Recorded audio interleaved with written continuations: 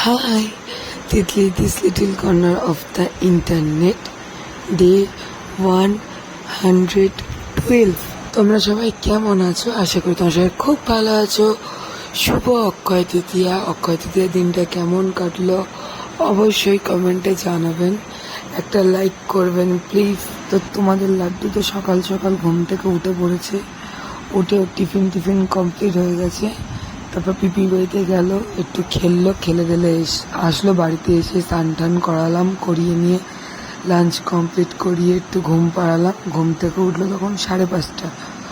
উঠে tiffin complete করলো, এখন রেডি হয়েছে, দিদুন বাড়ি যাবে। পাপাকে ডাকছে, পাপা ওটো ওটো। পাপা উঠেওছে, এই দেখো ঠেলে দেবে একদম, ওটো ওটো। আবার হাঁপিয়েও দিতে চাইছে পাপা, কিন্তু ও দেয়নি, বলছে চনো। পাপা আবার শুয়ে পড়েছে। তারপর ওকে দিয়ে এলাম পিপি বাড়িতে। আমি রেডি, ঝপাঝপ রেডি হয়ে ওকে আনতে গেছি। মানে যেই দেখেছি আর দাঁড়াবে না, আমি বলছি পিপিকে টাটা কর। তারপরে নেমে চলে এসে এখানে আমি আমার সামনে দাঁড়িয়ে টাটা করলো, করে আমার সাথে বেরোলো। আমরা দুজন মিলে গেছিলাম ওই বাড়ি। আজকে ওর পাপা যায়নি, পাপা ঘুমাচ্ছিল। আমরা দুজন মিলে টুকটুক করে হাঁটতে দিদুন বাড়ি পৌঁছালাম। আজকে লাড্ডুও হেঁটেছে আমার সাথে। এবার দিদুন বাড়ি পৌঁছালাম, দিদুন চা করলো, আমি খেলাম। খেয়ে তারপর একটু স্নান করলাম, মানে শ্যাম্পু করলাম যাকে বলা যায়।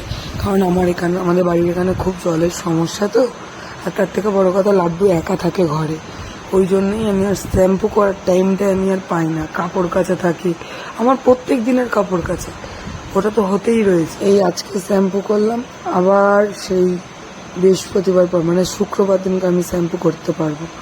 তো চলো, এদিকে লাড্ডুর ডিনার কমপ্লিট করালাম, করিয়ে নিয়ে দিদুনের সাথে খেলছে। ততক্ষণ আমি যাই ড্রেস ফ্রেস পরে নিই, কারণ বাড়ির দিকে যেতে হবে। লাড্ডুকেও রেডি করিয়ে দিলাম। দাদানের কাছে গেল, একটু হাঁপি খেলো। এবার হাম্পু বলছে পিপি একটু পরে যাও। কেন বলো তো? বলছে ও ছিল না বাড়িতে, আর লাড্ডুর সাথে খেলতে পারিনি, তাই জন্য বলছে যে পিপি একটু থেকে যাও, ও হাম করবে। আমি তুই খেয়ে নে, আমি ঘুরে আসছি। আর কান্না কাকে বলে। তারপরে লাড্ডুকে বললাম যা মামুকে ডেকে নিয়ে আয়।